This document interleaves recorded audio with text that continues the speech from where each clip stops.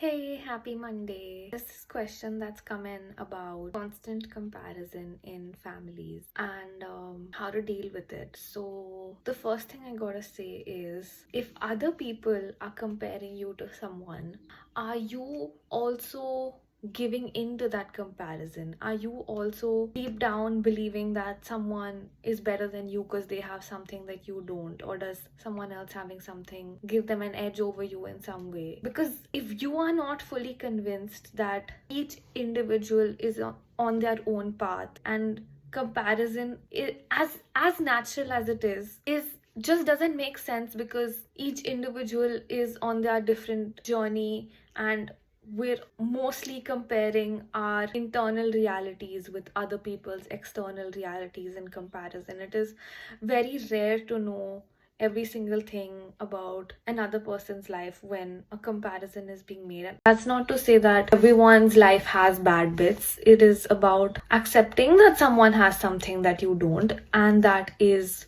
all right, because you have your own strengths, you have your own things to be proud of, really. And comparison is supernatural is another thing to understand, because our brain is just looking to make sense of things. It's looking to create a pattern. So it's like, oh, these two people are of the same gender, are of the same age. Why are similar things not happening in their life? It's just our brain trying to make sense of the world. So don't hate on anyone who is making the comparison. Don't hate yourself if deep down even you are comparing. It is a very natural thing. But at the same time, yes, it's good to be aware and not let it impact you. The other thing is the mention of a comparison trap. Yes, it is a comparison trap, but it doesn't have to be. You can look at someone who has something you don't have and actually take inspiration from it, want to learn from it, get curious about how they got there. And when comparisons are made, it's sometimes natural for you to resent the other person or to distance yourself from them. But actually leaning in to them and trying to learn from them could be really helpful, and actually it acts as a form of.